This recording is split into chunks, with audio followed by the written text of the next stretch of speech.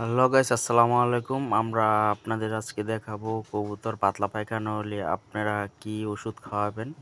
তো আমার এই যে দেখতেছেন কবুতরটা অনেক দুর্বল। তো এটা ঘন ঘন পাতলা পায়খানা করে, সবুজ পাতলা পায়খানা, সাদা পাতলা পায়খানা। তো আপনাদের আজকে দেখাবো যে একটা কবুতর পাতলা পায়খানা করলে শুকিয়ে যায়। তো এটা কিভাবে সুস্থ করবেন আজকে আপনাদের দেখাবো। এই যে আমার কবুতরটা হাঁটতেছে, এই যে দেখেন এই ড্রপিংয়ের রাস্তা দিয়ে আপনার পাতলা পায়খানায় ভিজে গেছে। তো এটা আমরা কি ওষুধ খাওয়ালে আপনার কবুতরটা সুস্থ হবে? পাতলা পায়খানা হলে যেমন এই যে গ্রিট, এটা হচ্ছে আপনার ইটের গুঁড়া খাওয়াতে হবে। তো ইটের গুঁড়া খাওয়ালে আপনার পাতলা পায়খানাটা হালকা কমতে পারে, হজম শক্তি বাড়বে।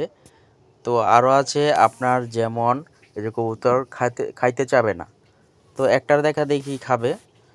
আর আছে এই যে দেখেন ড্রপিং, এই সাদা সাদা, হ্যাঁ, চুলের মতো। তো এটার জন্য আপনার খাওয়াতে হবে অ্যামোডিস। তো এই যে দেখতেছেন এই অ্যামোডিস খাওয়াতে হবে। ওষুধ খাওয়ানোর পর আবার আপনার কিছুক্ষণ পর আদার দিবেন। তো যেটাই খাওয়ান, তো কবুতরকে সবসময় পেট ভরিয়ে রাখতে হবে যাতে আপনার পায়খানাটা ক্লিয়ার হয়, ভালো হয়। এই যে দেখতেছেন কবুতরটা আমার হাতে, কবুতরটা অনেক দুর্বল। পাতলা পায়খানায় কবুতরটা একদমই শুকিয়ে গেছে, বুকের হাড় বেরিয়ে গেছে দেখা যাচ্ছে। তো কবুতরটা অনেকই দুর্বল। তো এটার জন্য খাওয়াতে হবে আপনার ভিটামিনও খাওয়াতে হবে যাতে কবুতরটা আপনার সুস্থ হয়ে যায়। তো আমি এখন খাওয়াবো পাতলা পায়খানার ওষুধ, এটাও আরেকটা। তো এটার নাম হচ্ছে ফিলমেট, এটাও খাওয়াতে পারেন। পাতলা পায়খানা হইলে এমনকি আপনি যদি এটার চিকিৎসা না নেন তাহলে কবুতরটা মারা যাবে। তো আপনাদের এই পাতলা পায়খানা হলে কবুতরে কি খাওয়াতে হবে? আপনার দেখা যাইতেছে পাতলা পায়খানা হইলে আপনার কবুতরের যে খাবারটা এটা হজম হইব না, যার কারণে আপনার এই পায়খানা সবুজ পায়খানা করব, সাদা সাদা পায়খানা করব। তো আপনি কি খাওয়াইতে হবে? তো এখানে আছে আপনার এই যে এই ওষুধটা, এটা হচ্ছে আপনার মেট্রোনিডাজোল। এই যে দেখা যায়, এই যে লেখা আছে, দেখে নেন। আবার আছে আপনার অ্যামোডিল। তো এটারে খাওয়াতে হবে আপনার 4/1 ভাগ, ঠিক আছে? তো 4/1 ভাগ সকালে, আপনি 4/1 ভাগ, তারপর সন্ধ্যার আগে 4/1 ভাগ। তারপরে আপনার পাতলা পায়খানা সারলে তো আপনার ভিটামিন কোর্স করাতে হবে, কারণ এটা হচ্ছে আপনার পাতলা পায়খানা করতে করতে যে হাড় একদম মানে ভেঙে পড়ছে, এই যে দেখছেন। তো এটারে আমি সুস্থভাবে চিকিৎসা দেওয়ার জন্য আপনার পাতলা পায়খানার ওষুধ যেটা দেখালাম এটা খাওয়াতে হবে। তো চলুন কিভাবে খাওয়াতে হয় আপনাদের দেখাই। তো এটাকে আমার 4/1 ভাগ করতে হবে। তো আমি এটা বড়িটা ভেঙে ফেললাম, ভেঙে ফেলে এই যে এভাবে দিবেন। 3 ভাগ হয়েছে, তো আরেক ভাগ করবো, এ হলো আপনার 4 ভাগ, ঠিক আছে?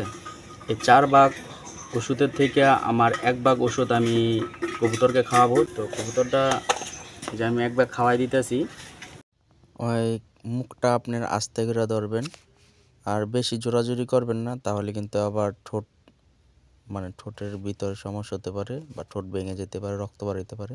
এটা আস্তে করে ধরে আপনি খাওয়াবেন, যাতে করে আপনার কবুতর কোনো কষ্ট না পায়। এভাবে ধরে আস্তে করে মুখের ভিতরে দিয়ে জাতা দিয়ে দিবেন যাতে গলার ভিতরে যায়।